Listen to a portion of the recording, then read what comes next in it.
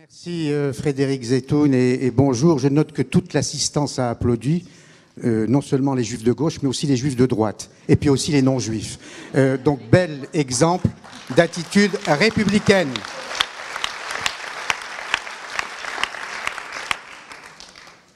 Je suis très heureux d'animer cette première séance plénière de cette 8e convention du CRIF sous la présidence de Francis Khalifa, une séance qui réunit 4 personnalités, une élue politique, Valérie Pécresse. Bonjour, Madame la Présidente de la région Île-de-France, et merci d'être là. Un autre élu qui devrait nous rejoindre au sens républicain, mais aussi au sens biblique du terme, le grand rabbin de France, Chaim Korsia, qui arrive, me dit Francis, donc il ne devrait pas tarder. Un spécialiste des questions géopolitiques et stratégiques, Bruno Tertré, bonjour, merci d'être là également. Vous êtes le directeur adjoint de la Fondation pour la recherche stratégique. Et mon confrère Philippe Val, qui s'était trompé de dimanche, mais il nous rejoint quand même, le temps de prévenir, vous savez les journalistes, le temps de prévenir sa propre sécurité, voilà. Ce sont les temps nouveaux.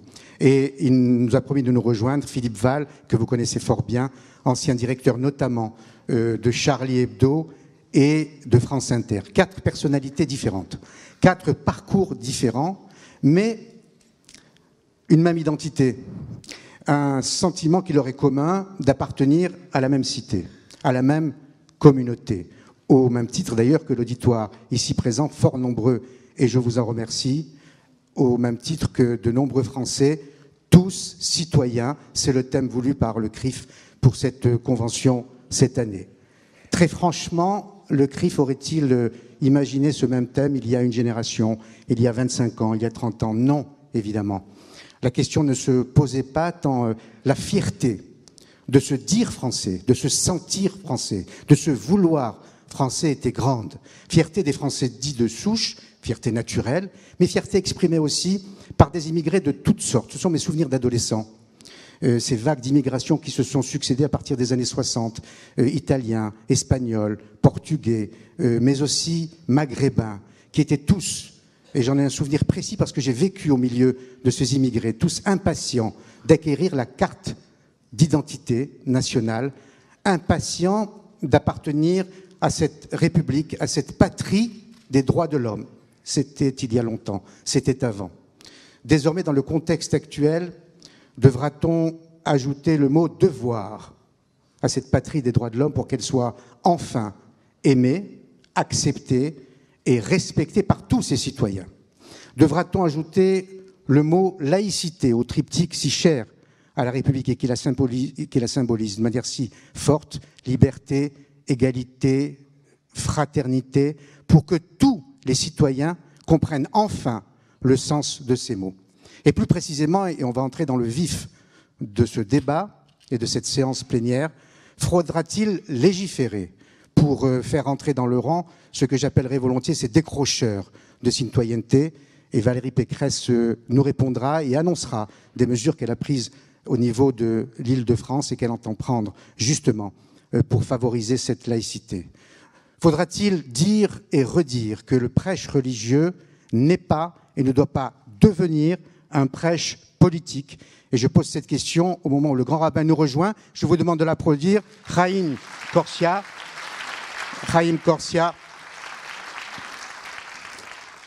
qui nous dira comment, et je reprends ses propres termes, comment concilier les 2 espérances, celle de la Bible et celle de la République. Ce sera son intervention. Faudra-t-il dissuader les partisans d'une autre communauté, l'Oumma, pour ne pas la nommer,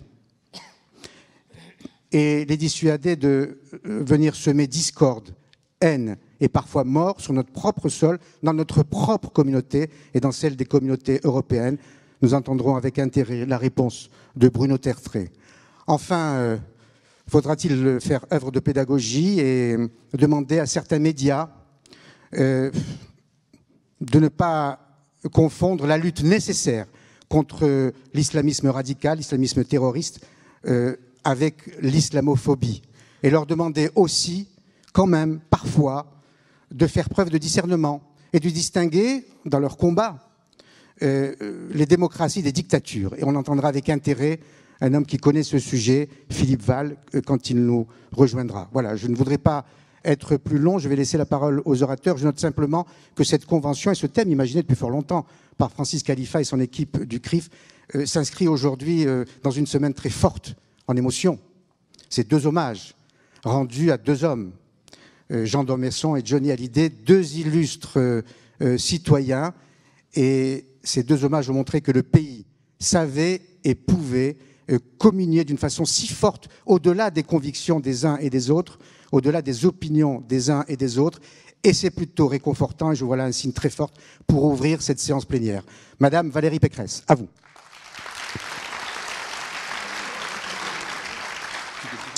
Merci, cher Paul. Je voudrais remercier Francis Khalifa de m'avoir invité, saluer le grand rabbin Chaim Corsia, saluer Bruno Tertrais qui partage cette tribune avec moi, mais aussi je vois le recteur de Paris au premier rang. Je pense que c'est important qu'il symbolise ici la présence de l'État, mais qu'il soit là pour cette convention sur la citoyenneté.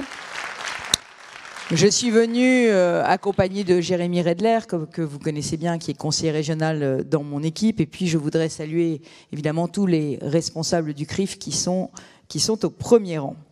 Je voudrais vous dire que je suis vraiment très, très heureuse d'être parmi vous ce matin parce que je crois que c'est très important que le CRIF place ce sujet de la citoyenneté au cœur de ces débats. Tous citoyens, ça veut dire tous égaux, ça veut dire tous avec une voix forte qui doit porter, un homme, une voix. Chacun d'entre vous doit être respecté dans sa singularité. Et cette question de la citoyenneté, elle est exceptionnellement importante parce que c'est se sentir acteur du pays dans lequel on vit. Et de ce point de vue, je crois que c'est très important que tous les Français juifs, les Juifs de France, se sentent acteurs de la vie de notre pays, mais aussi de notre territoire. Alors, on m'a demandé un peu de vous parler de mon projet pour l'Île-de-France, et ensuite, je vous parlerai de la laïcité qui en est, j'allais dire, le ciment de la vie quotidienne des Franciliens.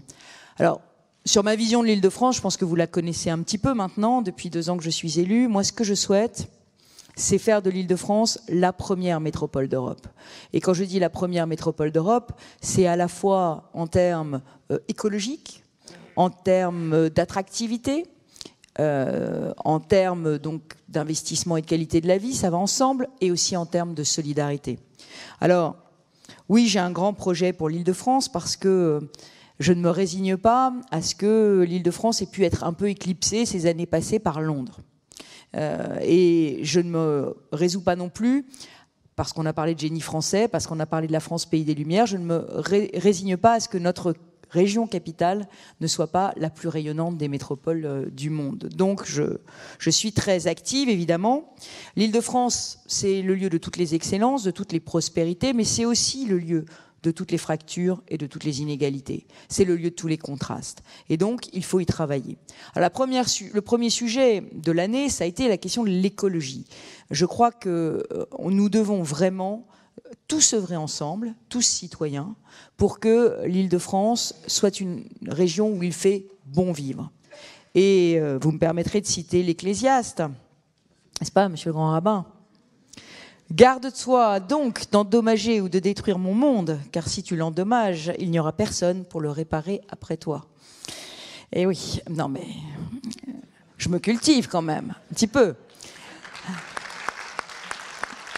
Mais préparer le futur, c'est d'abord prendre soin de notre patrimoine naturel et culturel, et c'est réconcilier l'homme, la nature et la ville. Et je crois que c'est très important que nous le fassions au sein de la région. La région, comme vous le savez, elle coordonne les politiques de protection de l'environnement.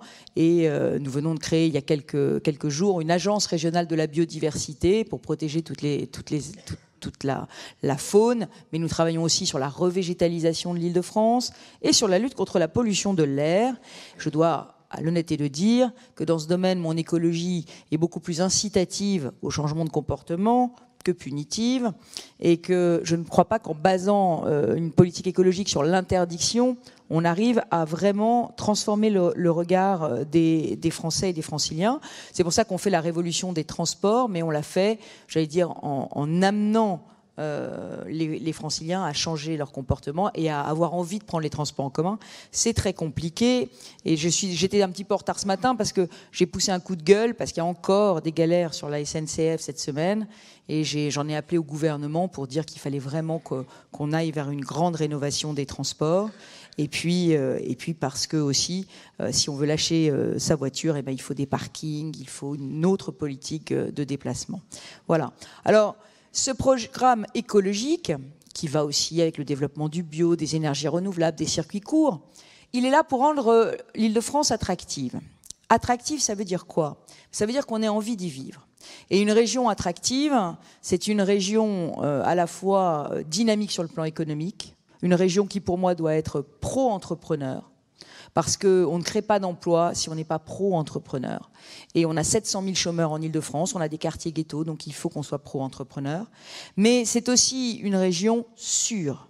Et moi, j'assume que la région, dont c'est pas la compétence, la première compétence, la sécurité, mais j'assume que la sécurité est la première des libertés et que dans tous les domaines de compétences qu'exerce la région, la sécurité doit être un marqueur. C'est pour ça que, par exemple, sur les transports en commun, on a lancé une grande politique de vidéoprotection et de sécurisation. Là, on va sécuriser la gare Saint-Lazare, qui était une des dernières gares qui n'était pas complètement sécurisée.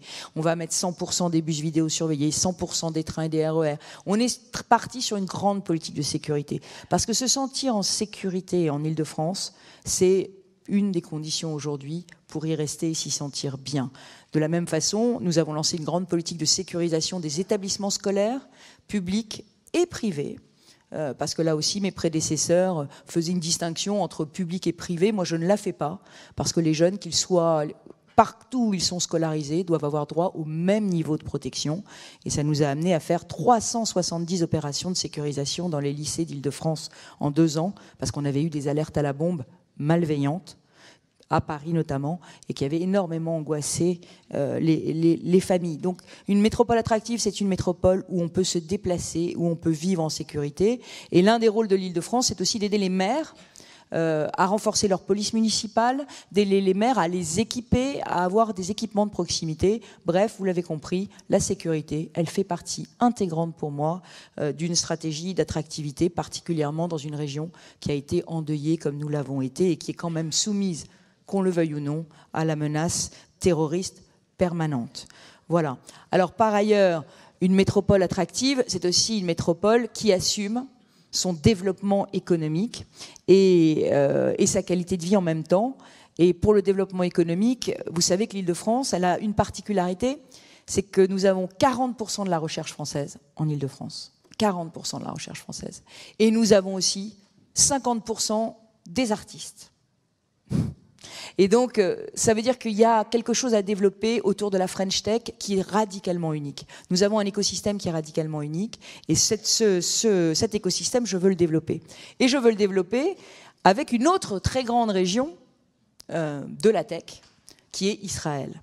En réalité, l'Île-de-France est la 4e plateforme technologique du monde, après la Silicon Valley, Shenzhen en Chine et Israël. Donc nous avons un partenariat absolument naturel avec l'État d'Israël, qui est un partenariat d'abord économique. Et d'ailleurs, demain, je serai au Gala du Technion et nous signerons un très grand accord entre le Technion et Paris-Saclay. Parce que Paris-Saclay et le Technion sont les 2 grands tech hubs du monde. Et donc, nous allons pouvoir travailler. Et lors de mon dernier voyage en Israël, avec Meyer Habib, Joël Mergui et tant d'autres, eh bien, Jacques-Yves Bobot, nous avons lancé un certain nombre de partenariats, à la fois avec la ville de Tel Aviv et la ville de Jérusalem. Vous voyez, ni droite ni gauche. Que c'est le thème. Bon, en tout cas, et droite et gauche. Parce que je pense que la coopération internationale de l'Île-de-France mérite qu'elle travaille avec ces 2 grandes villes. Nous voulons, et puis il fallait un petit peu rééquilibrer, parce que la région Île-de-France n'avait de partenariat qu'avec Jérusalem-Est en Israël, donc c'était quand même un peu particulier. Donc j'ai voulu que nous ayons une approche un peu plus équilibrée des choses. Voilà, et des partenariats.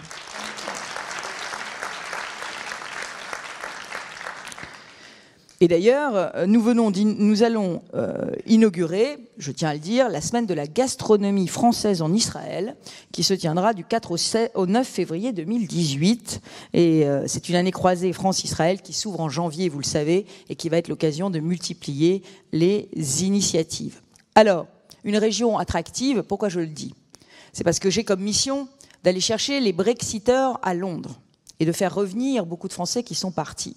Et je crois que, alors moi, vous savez, pardon, mais je mets les pieds dans le plat, j'ai l'habitude de dire que la finance n'est pas mon ennemi, parce qu'une finance forte en France, c'est une question de souveraineté nationale. Parce que qui va financer nos PME? C'est la finance. Et donc si nous n'avons pas une finance très forte en France, eh bien nous allons nous mettre dans la main de la finance internationale, et ce ne sera évidemment absolument pas bon ni pour nos savoir-faire, ni pour nos brevets, ni pour nos emplois. Donc nous avons besoin d'une finance forte en France, c'est une question d'indépendance et de souveraineté, et on a besoin de penser la finance d'après, c'est-à-dire d'être les premiers dans les fintech, ce qu'on appelle les fintech. Et donc je me bats beaucoup pour faire revenir notamment les Français de Londres. Mais quand je vous dis ça, vous comprenez qu'il y a d'autres personnes que j'ai envie de faire revenir. Et pour moi, je le dis, Francis, l'ALIA, c'est dans les deux sens. On peut être parti et on peut avoir envie de revenir. Alors je dis revenez, revenez. Revenez parce que l'Île-de-France, ça va être le lieu où on va créer l'avenir. Revenez parce que l'Île-de-France, c'est un lieu où vous vous sentirez chez vous et bien. En fait, c'est mon projet et je vous le dis, parce que je ne me résous pas à ce que les choses soient toujours dans le même sens. Voilà. Alors, une Île-de-France attractive, c'est aussi une Île-de-France de la qualité de vie, du télétravail, c'est une Île-de-France où on peut vivre à la campagne près de Paris, c'est une Île-de-France où on redécouvre son patrimoine, c'est une Île-de-France qui fait le pari de la culture. Nous avons décidé d'augmenter de 20% le budget de la culture, parce que quand on est menacé par la barbarie et l'islamisme, le meilleur ciment français, c'est le ciment de la culture. Et je crois que sans la culture, on oublierait de vivre, comme dirait Johnny Hallyday. Et puis le sport, et puis les valeurs du sport. Vous savez que nous nous sommes battus avec Anne Hidalgo la main dans la main pour avoir les Jeux Olympiques. Ces Jeux Olympiques seront un grand moment de cohésion nationale. Et les valeurs du sport sont des valeurs profondément éducatives, j'y reviendrai. Et c'est aussi pour ça que la région fait le pari du sport. Alors, je veux aussi que la région soit solidaire. Et de ce point de vue, nous savons que nous avons des grandes fractures, et ces quartiers ghettos sont des chaudrons. C'est des chaudrons parce que nous savons que dans ces quartiers ghettos, eh bien, il y a des jeunes qui grandissent en n'aimant pas leur pays. Et là, je dis que la situation est très grave. Et donc, moi, je suis une femme d'ordre, hein, je suis une femme de droite, mais je suis aussi une femme qui veut donner de l'espoir à ces jeunes, de l'espoir de l'emploi. Et je veux aussi casser les ghettos. Moi, je pense qu'on a fait une erreur majeure dans les dernières décennies, c'est d'empiler la détresse sociale sur la détresse sociale dans les mêmes quartiers. Parce qu'on a fait fuir les enseignants, parce que, pardon monsieur le recteur, c'est des quartiers où on a de plus en plus de mal à trouver des volontaires pour enseigner, et quand il n'y a plus de bonnes écoles, eh ben, il n'y a plus d'ascenseur social qui fonctionne. Et donc le sujet aujourd'hui, c'est de casser ces ghettos. Donc moi j'assume une politique radicale, je ne finance plus un seul logement très social dans un quartier où il y en a déjà plus de 30%.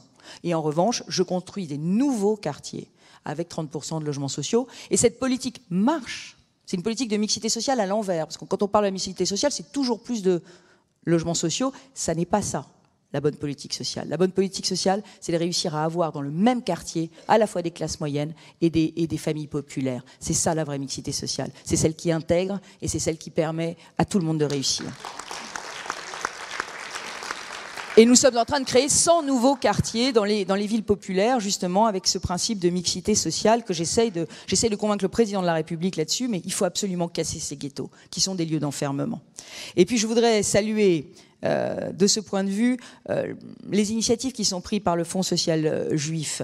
J'ai vu Ariel Goldman tout à l'heure, et il m'avait invité à parler cet été devant le Fonds social juif. Ce que vous faites en matière de solidarité est un exemple. Et je crois que c'est important que nous aidions, nous la région, toutes les associations qui œuvrent à cette solidarité au sein de la région Île-de-France. On doit toujours tendre la main aux plus fragiles, c'est absolument indispensable si on veut être une région équilibrée, et on doit lutter contre toutes les exclusions ensemble. Et je sais d'ailleurs aussi que le Fonds social juif, et ça me fera une transition, œuvre au dialogue interreligieux.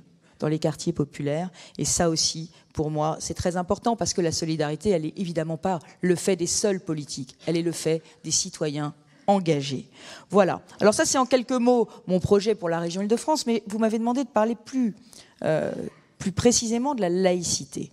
Alors la laïcité, pour moi, et j'ai eu l'occasion de le dire, parce que c'est le 112e anniversaire de la loi de 1905, aujourd'hui, c'est un rempart qui protège.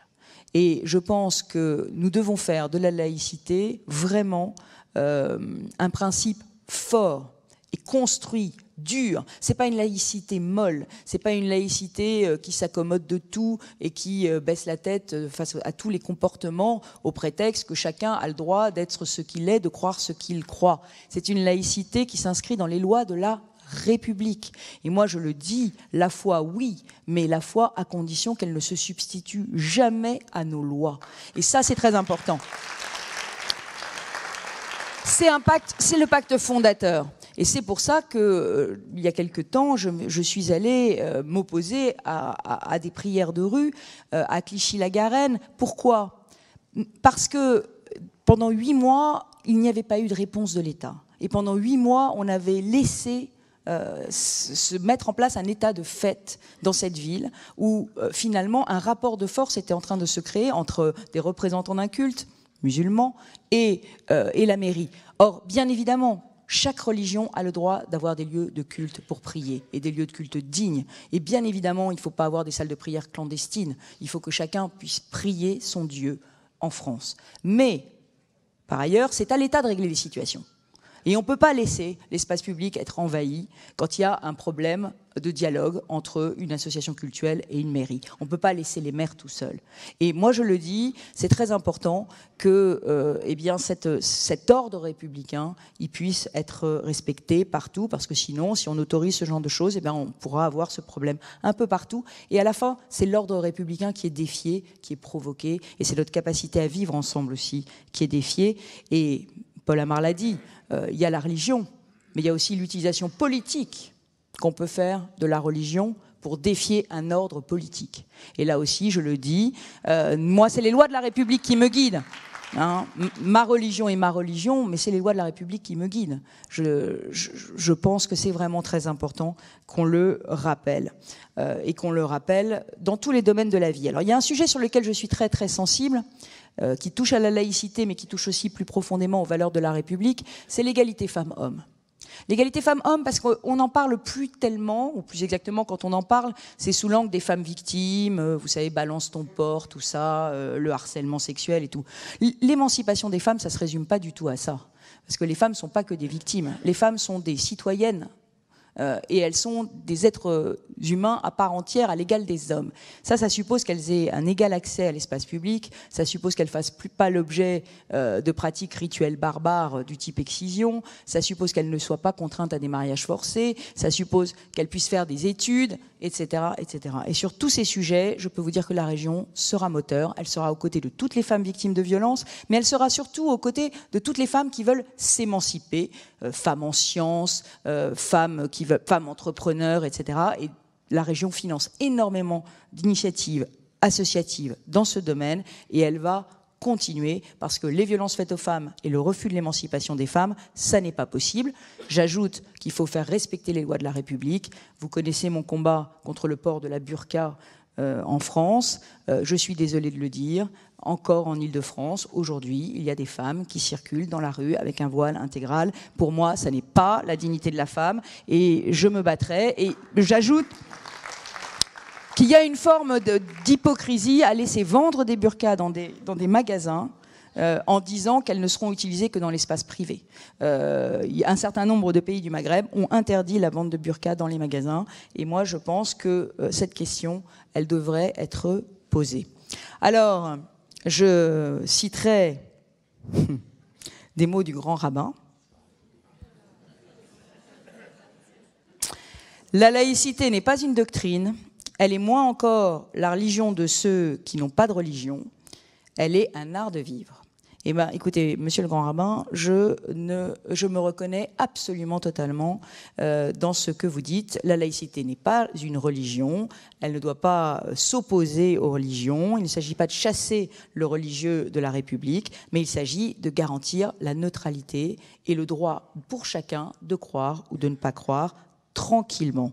C'est le miracle d'une séparation, la laïcité, qui permet l'unité dans la même vie politique et sociale. Alors, je vais y venir. Pour moi, il s'est passé malheureusement cette année un certain nombre d'actes qu'il est intolérable de penser qu'ils puissent encore se produire dans la région Île-de-France.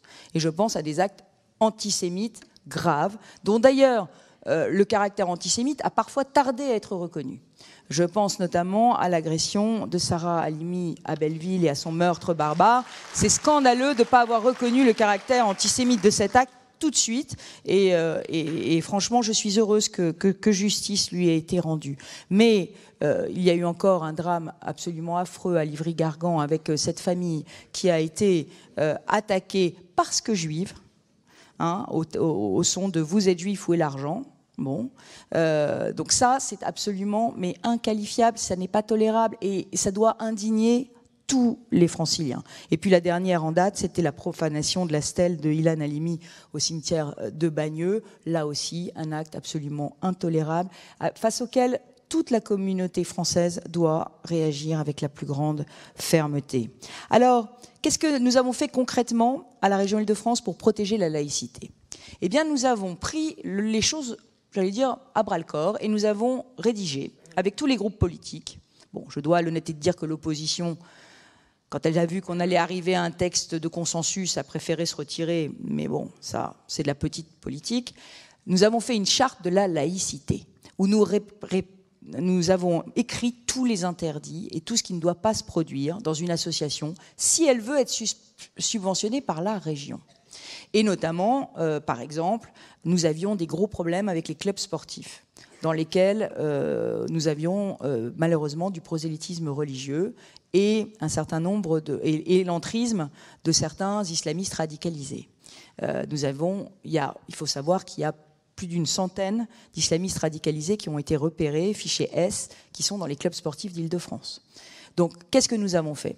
Nous avons fait deux choses. Un, la charte de la laïcité, et deux, une formation de tous les animateurs des clubs sportifs au repérage des signaux de radicalisation. Et l'État a trouvé que notre initiative était tellement bonne qu'ils nous ont labellisé région expérimentale dans la lutte contre la radicalisation et qui vont reprendre nos formations pour les faire dans toutes les autres régions de France. Alors, au départ, le mouvement sportif était un peu réticent. Il était un peu réticent parce que c'est toujours pareil. Vous ne voulez jamais être pointé du doigt. Vous ne voulez jamais qu'on dise « c'est chez moi qu'il se passe des choses ». Mais le problème, c'est évidemment pas de dire que tous les licenciés sportifs sont radicalisés. Je suis moi-même licenciée sportive. Mais en revanche, si vous regardez, tous les terroristes qui ont été inculpés étaient adhérents d'un club de sport. Tous. Donc pourquoi ? Parce que pour s'entraîner tout simplement, mais parce que aussi ils ont ciblé les clubs de sport comme étant un lieu potentiel de prosélytisme. Donc nous avons formé spécialement, avec le soutien du mouvement sportif, les animateurs, et nous avons mis en place un dispositif de lanceur d'alerte, avec la possibilité de témoigner auprès des présidents de clubs, des présidents de fédés, des présidents de ligue, et c'est un dispositif qui a été jugé exemplaire. Alors sur la charte de la laïcité, désormais, vous l'avez compris, toute association qui veut être financée par la région doit signer cette charte de la laïcité. Et sinon, elle n'a pas de subvention. Et si jamais on s'aperçoit qu'elle enfreint la laïcité, l'égalité femmes-hommes, etc., eh bien, on lui retire sa subvention. Et j'ajoute une dernière chose, on a interdit le versement de toute subvention à une association qui appellerait au boycott d'Israël, parce que la loi, rien que la loi, mais toute la loi, je crois que nous sommes la seule région à l'avoir fait, mais je pense qu'il faut prendre ses responsabilités. La Cour de cassation a dit que le boycott d'Israël était illégal. Nous ne donnons pas de subventions à des personnes qui parlent d'illégalité. Voilà, je vais terminer juste là. Pardon, je suis trop longue, mais je voudrais aussi parler des jeunes, des lycéens. Parce que la région a sous sa charge les centres de formation d'apprentis et les lycées. Et là aussi, nous avions besoin de les sensibiliser sur cette question de la radicalisation. Beaucoup. Parce que vous savez que la minute de silence après le Bataclan, elle a été moyennement respectée en Île-de-France. Et encore moins après Charlie Hebdo. Donc le sujet, c'est pour nous de former les jeunes. Alors on a fait une initiative, on a pris une initiative, ce sera mes derniers mots, qui était inspirée de ce que fait la Fondation pour le mémorial de la Shoah. Et cette initiative, ça consiste à envoyer des grands témoins du terrorisme, dans les classes. Et on a mis cette opération en lien avec les enseignants. Et on a mis cette opération sous le double patronage de Latifa Ibn Laden et de Samuel Sandler. Et depuis 1 an, Latifa et Samuel ont été chargés de cette mission d'aller parler de la souffrance qu'ils ont ressentie à perdre un proche, pour que la barbarie, elle ait un visage, pour qu'on touche au cœur ces jeunes qui sont victimes de propagande, et pas seulement au cerveau. Voyez, parce que je pense que cette question de la lutte contre la barbarie, elle viendra d'abord du cœur. Mais je dois vous dire que Latifa Ibn Laden a fait un travail fantastique. Mais j'ai quelque chose à vous dire, parce qu'il faut quand même que vous sachiez. C'est que je n'ai pas réussi à faire aller Samuel Sandler dans des lycées. Non pas parce que Samuel ne voulait pas y aller, mais parce que les proviseurs ne savaient pas comment l'accueillir. Et bien, non, mais c'est quelque chose qu'il faut dire, parce que c'est ça la vérité. Alors, Samuel en a été très blessé, mais on va continuer néanmoins cette action. Et on va continuer cette action avec toute l'association des victimes du terrorisme qui a accepté de participer. Donc ça va faire boule de neige, il y aura de plus en plus de témoins. Mais je tiens à le dire aujourd'hui, il n'est pas acceptable qu'on ne puisse pas avoir un témoin du terrorisme juif aller dans toutes les écoles de la région de France pour témoigner. Ça n'est pas acceptable. Alors la dernière chose, c'est que du coup, en voyant cela, j'ai renforcé le partenariat que nous avions avec la Fondation pour le mémorial de la Shoah, qui consiste à amener des jeunes lycéens à Auschwitz. Et nous avons désormais toute une série de voyages de lycéens à Auschwitz. C'est les lycéens qui, en général, ont gagné le concours national de la résistance ou qui ont travaillé sur la Deuxième Guerre mondiale particulièrement, qui ont fait des projets. Nous les amenons à Auschwitz. Et là aussi, je dois vous dire que, à ma grande surprise, j'ai eu des demandes d'élus Front National pour les accompagner. Et du coup, j'ai décidé que les élus ne partiraient plus à Auschwitz avec les lycéens et que les lycéens partiraient avec les représentants de l'exécutif uniquement, parce que je ne veux pas que soit pollué leur voyage par de la propagande politique. Je pense que ça n'est pas le lieu. C'est le lieu du recueillement, c'est le lieu de la mémoire. Et c'est surtout l'endroit emblématique par excellence où on touche du doigt la question de la barbarie. Merci.